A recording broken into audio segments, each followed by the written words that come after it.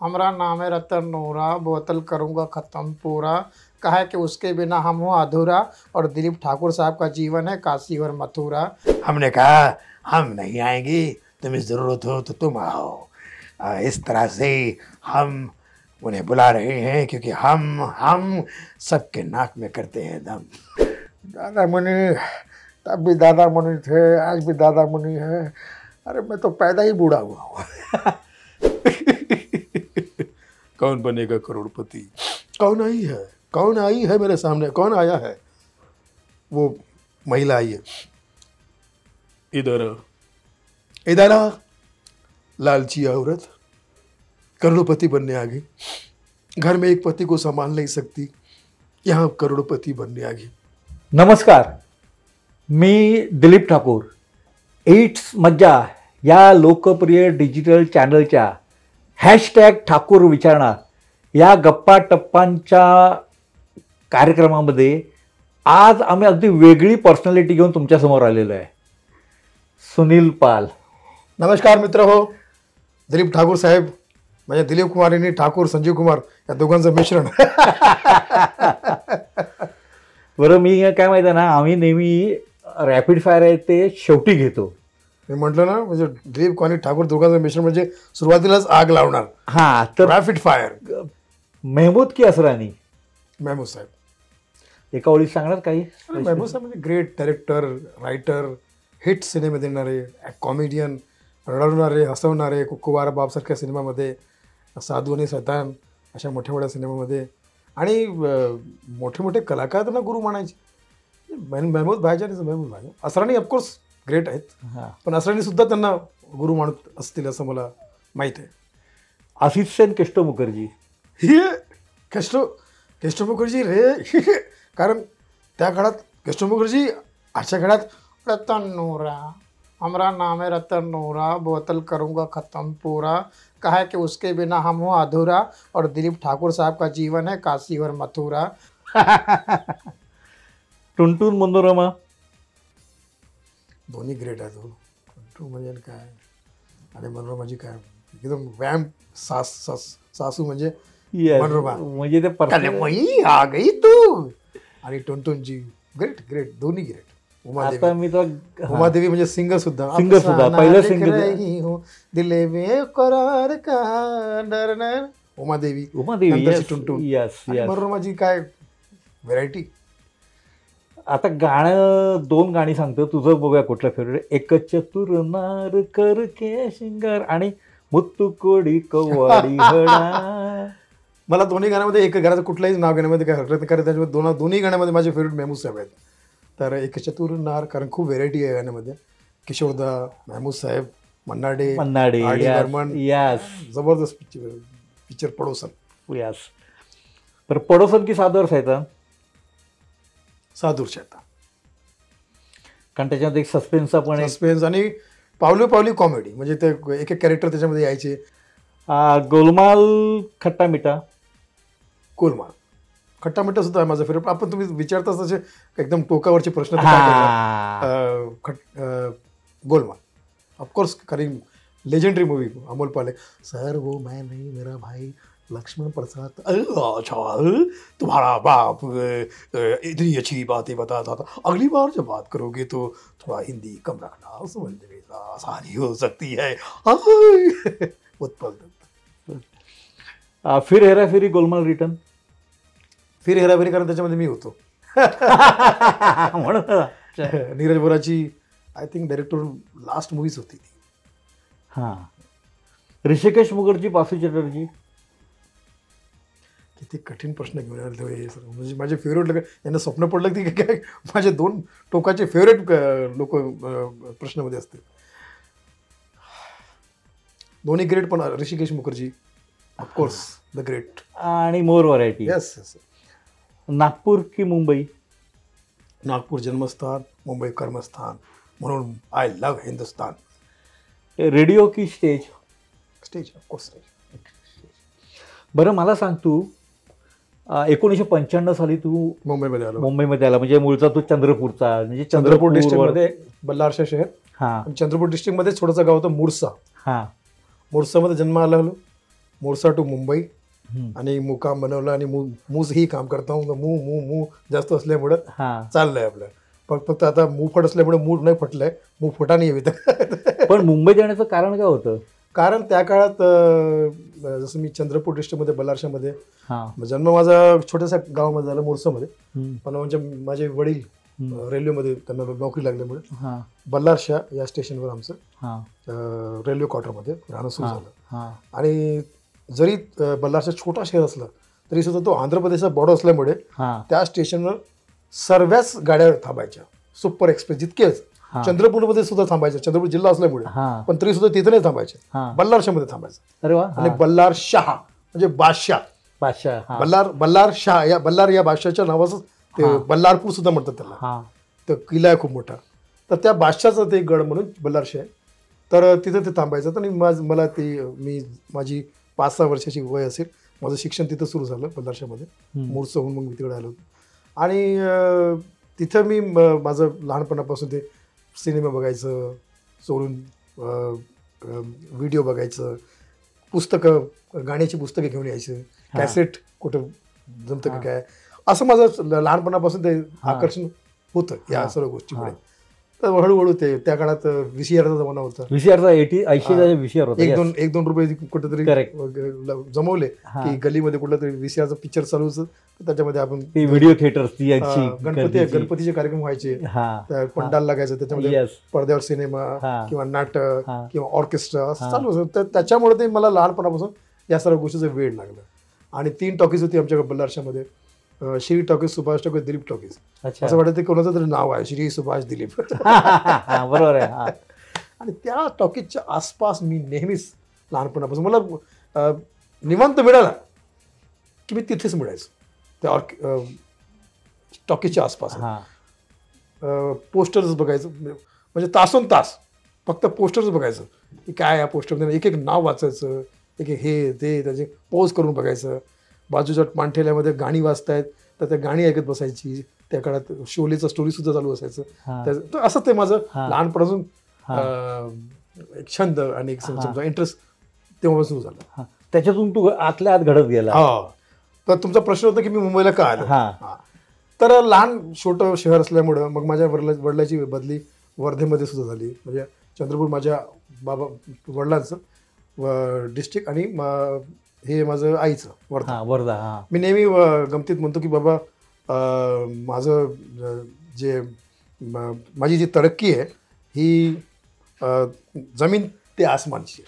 कारण रेल्वे क्वार्टरमध्ये राहायचो, म्हणजे जमिनीवर. आता एअरपोर्टच्या बाजूला राहतो सांताक्रूज. तर मग मुंबईत आला तर तू सांताक्रूज जवळच राहतो. सांताक्रूज माझं तरक्की मी सांगतो तसं. तर मग वर्धा डिस्ट्रिक्टमध्ये हिंगणघाटमध्ये माझं राहणं सुरू झालं. पण मला ते आता हे वेळ जास्तच वाढत चाललं की बाबा काय करणार, कुठं ऑर्केस्ट्रामध्ये वेळ मिळाला तिथं मी काहीतरी परफॉर्म करणार, कुठे लग्नामध्ये काहीतरी. तर हे घरच्या लोकांना चिंता व्हायची की मुलगा बिघडून राहिला, अभ्यासामध्ये त्याचं लक्ष नाही. आणि त्या काळात कलाकारी म्हणजे बिघडला पोरगा. गाणं गातो का रे बापरे, गाणे गातो, प्रेस्टिज नाही, सिनेमा बघतो हा पोरगा, अरे गेला वाया गेला. कारण या सर्व गोष्टी तू करणार काय, एक्झॅक्टली भविष्य म्हणून तू याचं काय करणार उद्या, इथे काय करणार याचं. गाण्याचं स्कोप नाही, ऑर्केस्ट्राचा स्कोप नाही, काय करणार. तर तू बिघडला, अभ्यासामध्ये लक्ष नाही. जर हा शिकला सवरला असता तर याच्यामध्ये याला कुठेतरी क्लर्कची नोकरी मिळाली असती, पिऊची नोकरी मिळाली असती, काहीतरी पोटापणाचं समाधान झालं असतं. पण याच्यामध्ये तर हा नाचतो का, ते कुठंच नाही काही. परत आपल्या रिश्तेदाराच्या मुलांना सुद्धा माझ्यासोबत राहण्याची किंवा खेळण्याची मुभा नव्हती की बाबा तू याच्यासोबत राहू नको, हा बिघडला पोट्टा आहे, ठीक आहे, बाबा पोरगा बिघडला, याच्याकडे राहू नको. असं ते माझं लहानपणामध्ये काहीतरी कलंदरी. पण जसं जसं मी थोडंसं वाढत गेलो, अच्छा घरची परिस्थिती असं थोडी नाजूक असल्यामुळे लहानपणापासून मी कामधंदा करायला सुरू केलं. डबल रोटी विकायचं, चॉकलेट गोळ्या विकायचं, पतंग. 2 महिन्याच्या सुट्ट्या असल्या की त्या सुट्ट्यामध्ये मातीगोड्याचं काम करायचं, हेल्परीचं काम, पेंटिंगचं काम, त्याच्यामध्ये कपडे लत्ते त्याच्यामध्ये करायचं. आठवडी बाजारामध्ये असं भाजीपाल्याच्या मार्केटमध्ये असिस्टंटमधून काम करायचं. आणि पुस्तकंसुद्धा सेकंड हँड घ्यायचं. जर तुम्ही दुसरीतून तिसरीत गेला आणि मी दुसरी तर तुमच्याकडून सेकंड हँड कमी पैशामध्ये, असं आपलं चालू असायचं. पण अभ्यासामध्ये लक्ष सुद्धा असून सुद्धा हा विभाग माझ्याकडे जास्तच हावी होत होता की मी सिनेमाचा किडा झालो, असं फिल्मी किडा असं म्हणू शकतो. तर 1995मध्ये मी मला आठवतं की मी 10वी पास झालो होतो.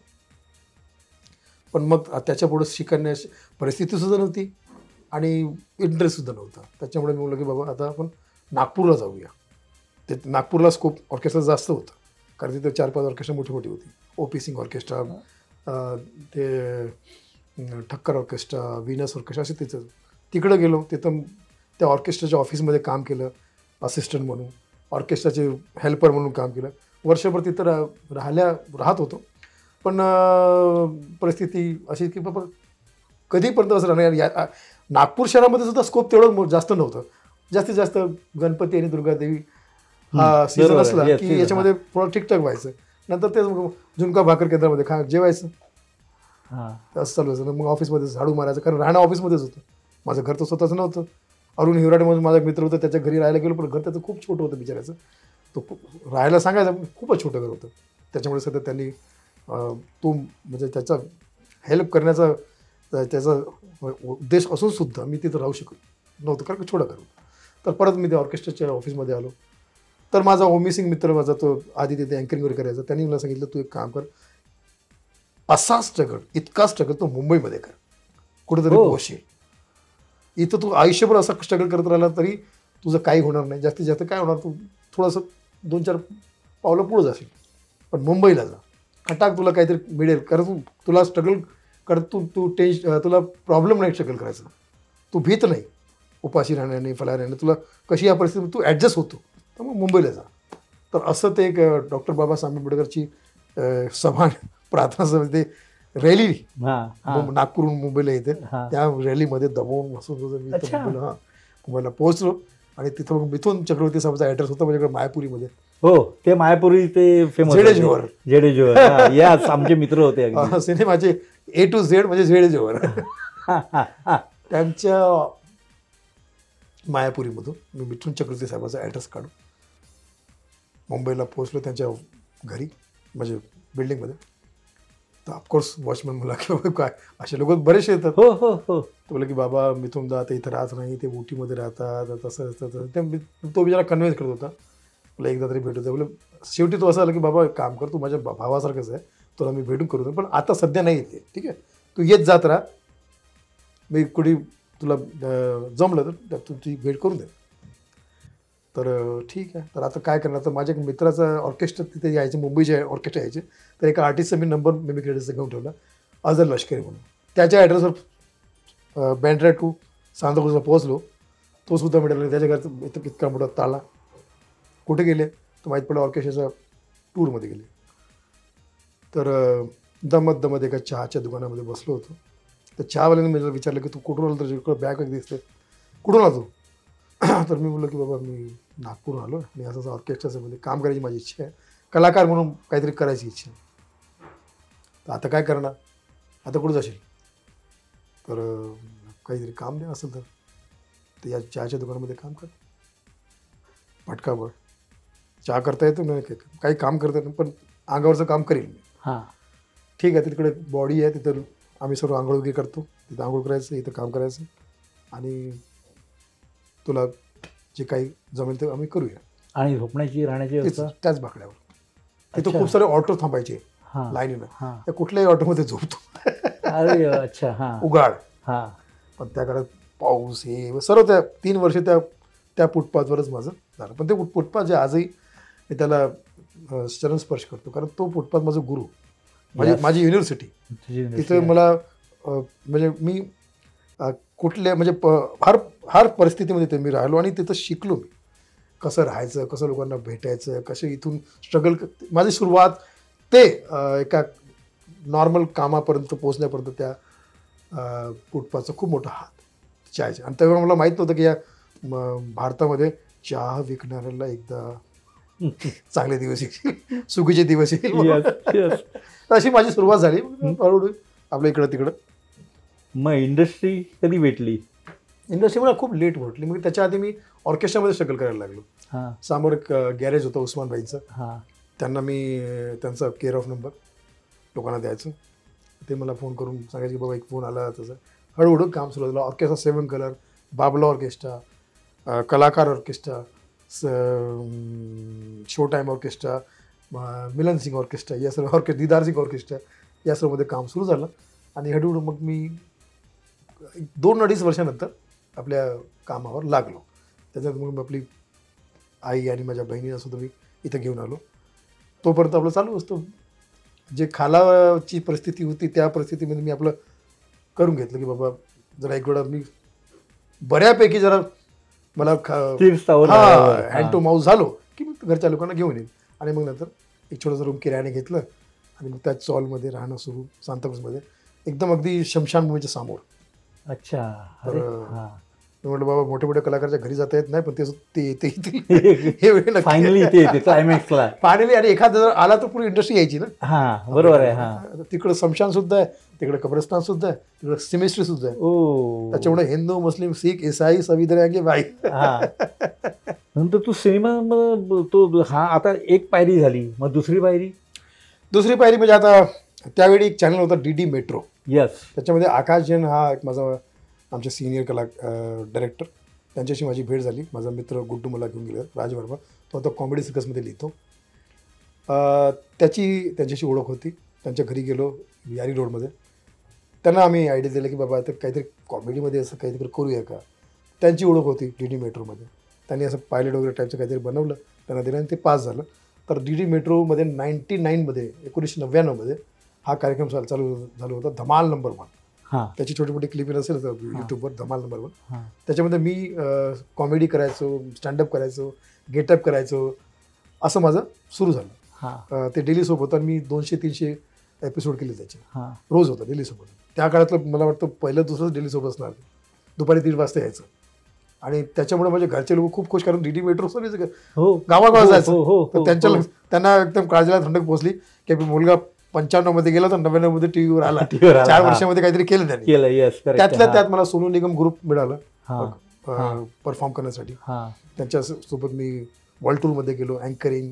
आणि हे तर सोनू निगम साहेबांनी मला खूप, कारण ते अँकरिंग सुद्धा करायचे, तर त्यांनी मला खूप टिप्स दिलेले. आणि मी कॉमेडीमध्ये सुद्धा त्यांच्या शोमध्ये खूप मी पॉलिश झालो.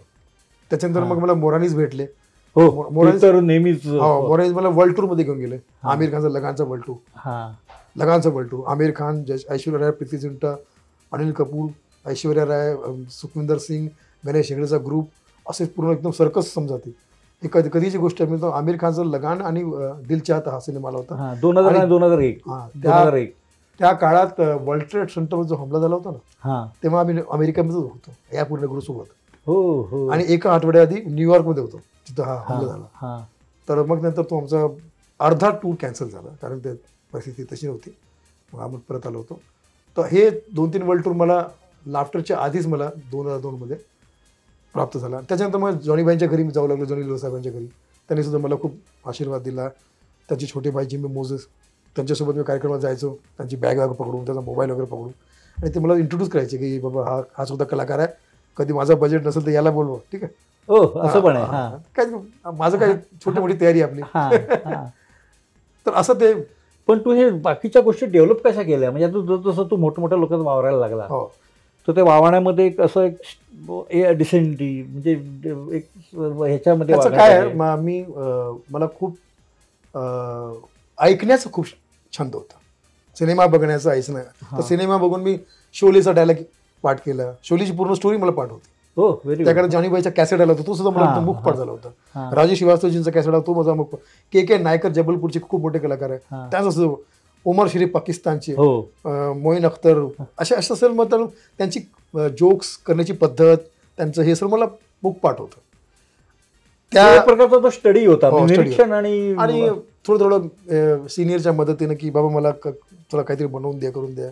तर जिमी भाई म्हणा की कोणा म्हणा, असं बसून त्यांच्यासोबत 2 नाईट. आणि मग बाबला ऑर्केस्ट्रा, त्या ऑर्केस्ट्राच्या स्टेजवर आधी, मोरेलिसच्या आधीच ट्राय करण्याचं की बाबा आता आज हे ट्राय करू का, हे ट्राय करू का, हे ट्राय करू का, असं करायचं. ते अभ्यास आणि प्रॅक्टिस सुरू झाली, जी मला मोरेलिसमध्ये कामी आलं की बाबा मी असं असं करतो. तर त्यांना मी ऑडिशन दाखवलं, तर ते खुश झाले. तर असं लोकांनाच बघून, गुरूंनाच बघून जे जे करतात मोठ्या कलाकारांना, सुदेश भोसले हो. कॅसेट आलं होतं ते सुद्धा झमणी तलैया त्या कॅसेटमध्ये सुद्धा. हा. तर असं आपलं सिनेमा म्हणा, हे मिमिक्री आर्टिस्ट म्हणा किंवा सिनेमाचे डायलॉग म्हणा किंवा कुठलं काही पुस्तक म्हणा, जोक सुद्धा त्यावेळी नागपूरचे संत्रे म्हणून लोकमतमध्ये जोक यायचे, जगायचे. हा. पॉलिटिकली इनकरेक्ट असे बऱ्याचशा काही सामग्री असायच्या ज्या आपण पाठ केल्या की स्टेजवर हळूहळू हिंमत करायची की बाबा आज हा जोक करून बघूया.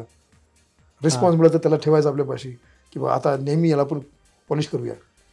तर असं करत करत बोन बोन सागर भरे म्हणतात ना, असं ते 4 ॲक्टर वाईस झाले, जमल्या, 4 जोक जमले, 4 काहीतरी ते नकल्या, असं करत करते आपलं हळूहळू Package deal तयार झालं. 10 मिनिटाचं, 15 मिनिटाचं, 20 मिनिटाचं असं करत करते आज करता करता म्हणा आता स्टेजवर स्वतःचीच नाईट होते की बाबा 2 तास, 2.5 तास, 1.5 तास परफॉर्म करण्याची शक्ती हे या सर्वच गोष्टीमुळे ईश्वरच्या कृपेनं आली.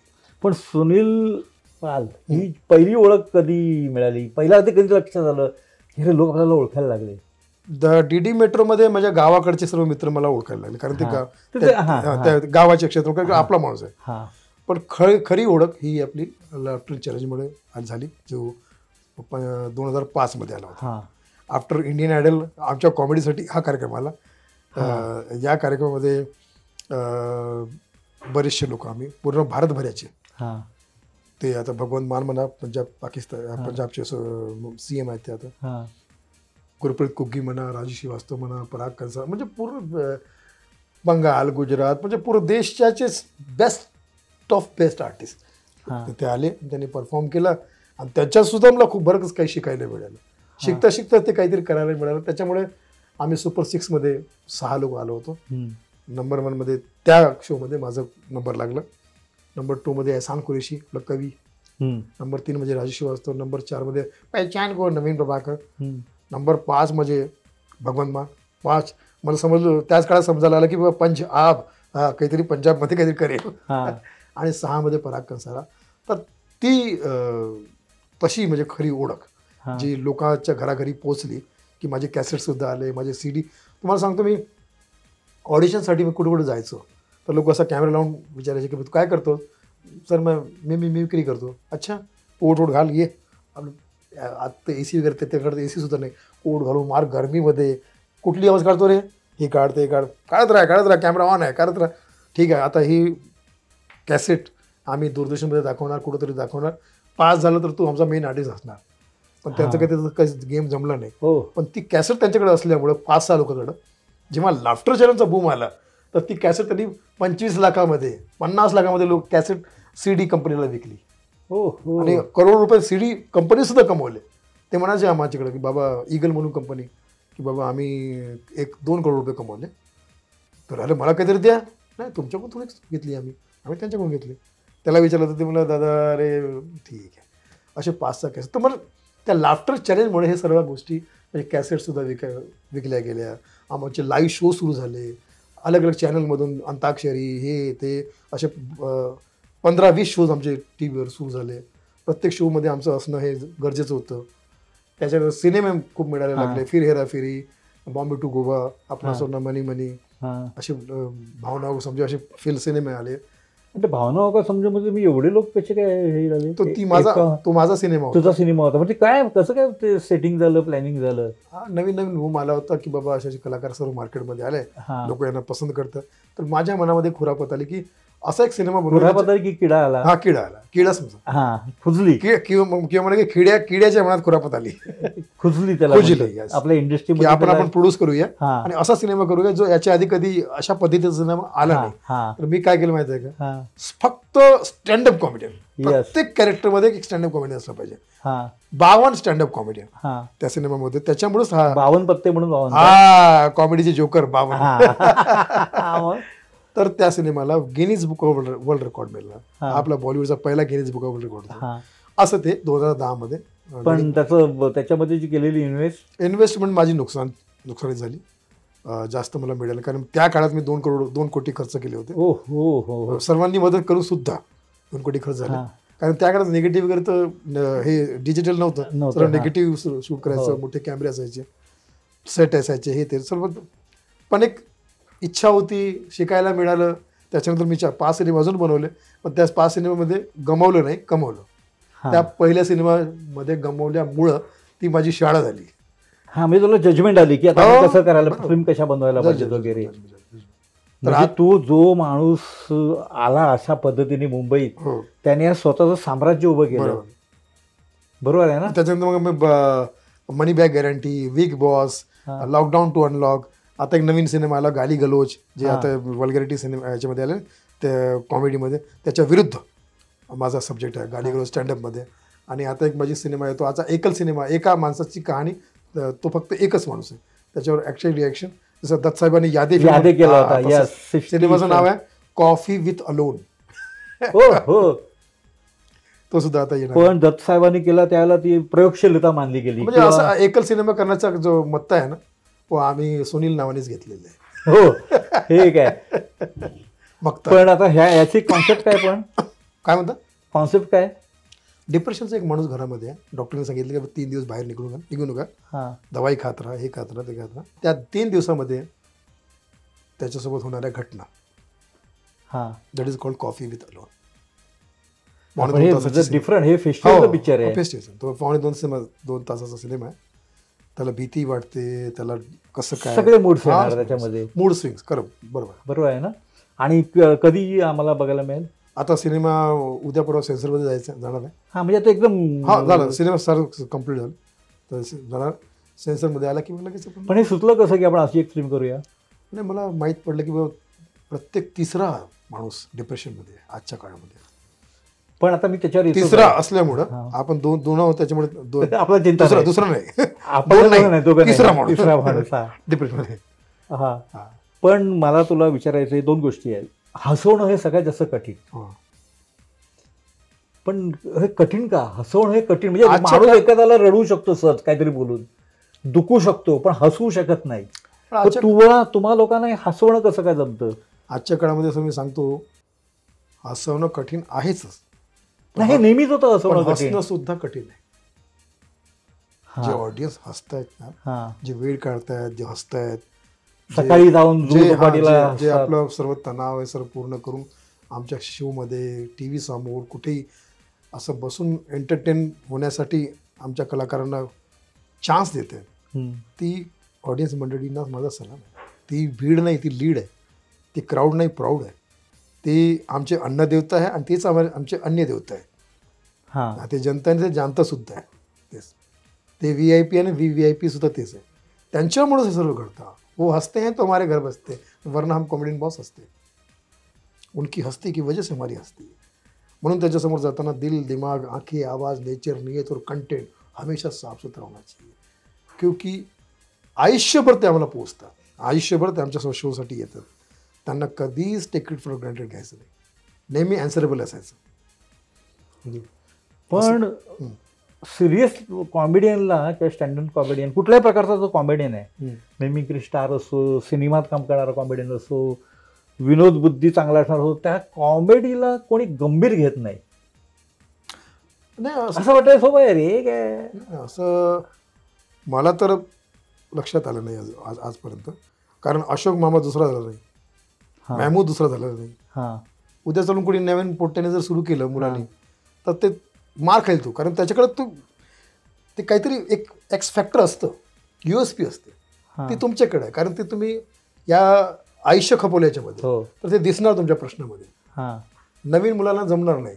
तसंच कॉमेडीमध्ये आले आहेत बरेच मुले आहेत, फक्त माईक पकडून काहीतरी थोटाण बोलणं किंवा वल्गॅरिटी करणं किंवा काहीतरी ओरडणं, मुजुरी करणं, काहीतरी भलतं बोलणं ज्याच्यामध्ये ना सर आहे ना पैर आहे, असं काही काही करणं, याला आपण कॉमेडी म्हणूच शकत नाही.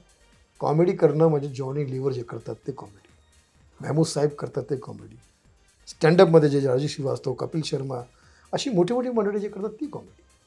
बाकी सर्व या सर्वांनाच मुभा आहे येण्याची. तुम्ही दुसरं काम करणं सोडून जर हे करत असेल तर करा, जमत असेल तर करा, नाही तर मग परत तिकडे. कारण त्यांचं काही फिक्स नसतं, ते काही खरेखुरे कलाकार नसतात. त्यांना असं वाटतं की बाबा कपिल शर्मा घडला, आपणही होऊ शकतो, असं तिथे बघून येतात. त्यांना काम नसतं करत, त्यांना तो क्षेत्र पाहिजे, ग्लॅमर पाहिजे. लवकरात लवकर श्रीमंत व्हायचं, लवकरात लवकर खूप स्टॅब्लिश व्हायचं. काय करणार मग? बदनाम होतो क्या नाम न होगा.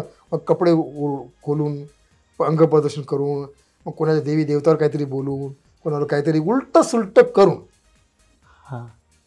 एक पोट्टा हरवला होता पोलीस स्टेशनमध्ये. त्याचे मायबाप गेले की माझा पोट्टा 3 दिवसापासून दिसला नाही. तर बोले काय करत होता? बोले खूप बदमाश होता, शिवायगडी करायचा, हे करायचं करायचं.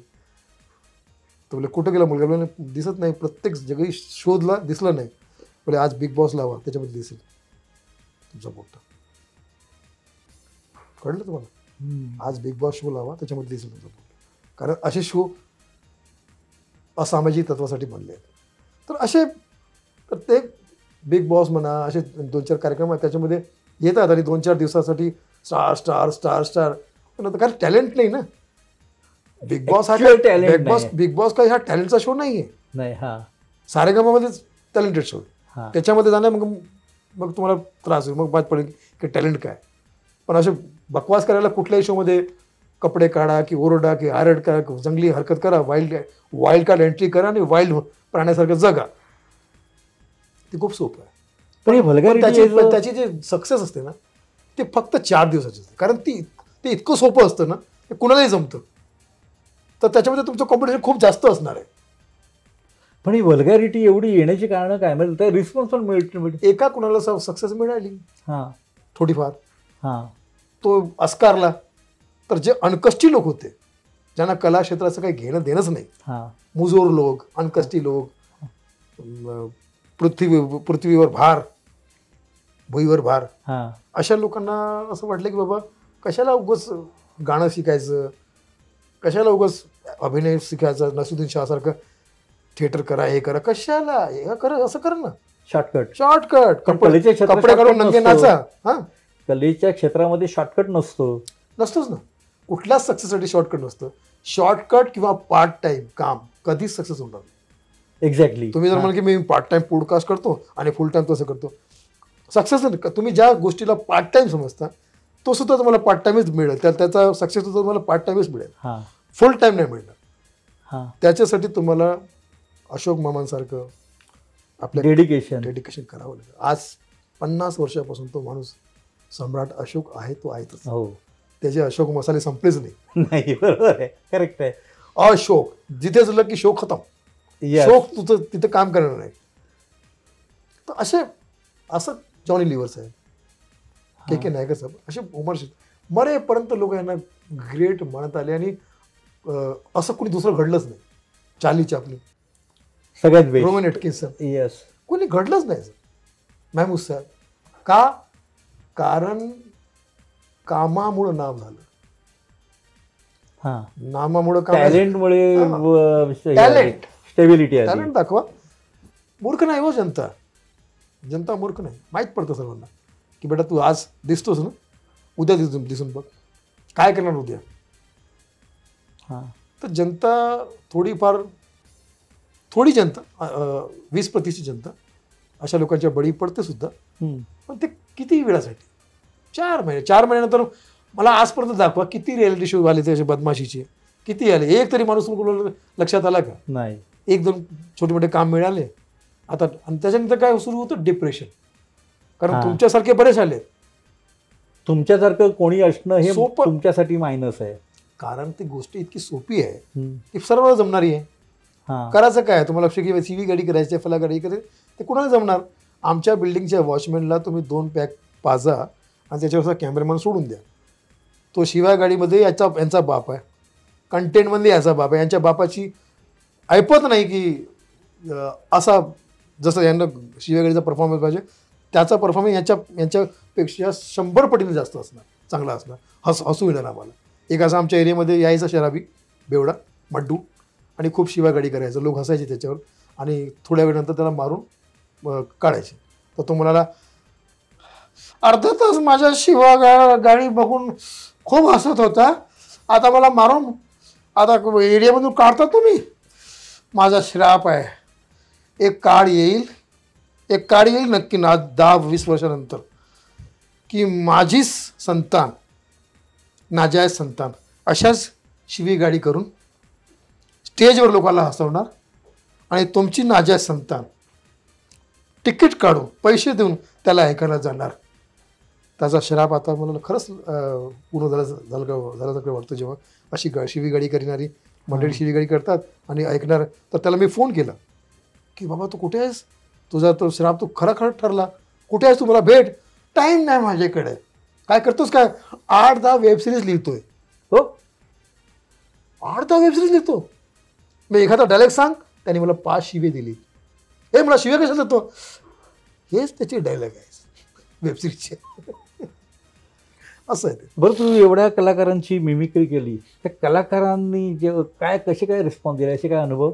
देवाच्या कृपेने ज्या मंडळीचं मी कॉपी करतो किंवा त्यांना, नाना पाटेकरचं मी याच्यामध्ये केलं होतं उमंग शोमध्ये. नाना पाटेकर समोरच बसले आणि त्यांना मी तो केबीसीचं केलं की नाना पाटेकर अमिताभ बच्चन केबीसी मध्ये आले होते. कौन बनेगा करोड़पति, कौन आई है मेरे सामने, कौन आया है, वो महिला आई है, इधर आ, लालची औरत करोड़पति बनने आ गई, घर में एक पति को संभाल नहीं सकती, यहाँ करोड़पति बनने आ गई, इधर बैठ, अब नाना तेरे से ऐसे ऐसे सवाल करेगा, तेरे को तेरी नानी याद आ जाएगी. मेरा नाम नाना है, डबल ना, टोटल नेगेटिव सवाल करूंगा. देखता हूँ तू आज कितना पॉजिटिव वाइब बनती है. पहला सवाल, बता मेरी उम्र कितनी है. त्या बाईने बोलली की मला मी लाईफ लाईन यूज करूंगी. माझ्या मित्राला विचारलं, लाईफ लाईन फोन अ फ्रेंड. रख दे फोन, रख दे, क्यों आई है यहाँ पे? हाँ, भगवान ने जबानी मांगने लगी है. हाँ, मेकअप के टाइम में नहीं पूछती है. हाँ, भीख मांगने की आदत पड़ गई है तुम लोगों को. भीख मांगे बिना तुम्हें जमता नहीं है. क्यों आई है यहाँ पे? हाँ, यहाँ पर बैठने के लिए क्यों आई है? बैठने का शौक है तो ये पढ़ाई लिखाई करके आना चाहिए. शॉर्टकट चाहिए तुमको. हाँ, बदनाम हुए वो कलम वाली भाई सिखा सकी. अभी बता मेरी उम्र कितनी है. ती भाई बोली, आपकी उम्र 40 साल. सही जवाब. कैसे बताया? मेरा एक छोटा भाई है, वो 20 साल का है और वो आधा पागल है. त्याच्या आधी तिने ऑप्शन दिले होते, ए 40 साल, बी 45 साल, सी 50 साल या डी 55 साल, बता मेरी उम्र कितनी. ती बाई बोली ए 40 साल, कारण माझा छोटा भाई तो अर्धा पागल आहे, त्याची 20 वर्षाची वय आहे. पण तर नाना पाटेकर साहेबांनी खूप टाळ्या वाजवल्या आणि मला भेटायला आले. अरे वा. हा, विचारत माझ्या पोलीस उमंग शो होता आणि इकडे ये, हानू का तुला, लगेच हसायला लागले आणि मला मिठी मारली.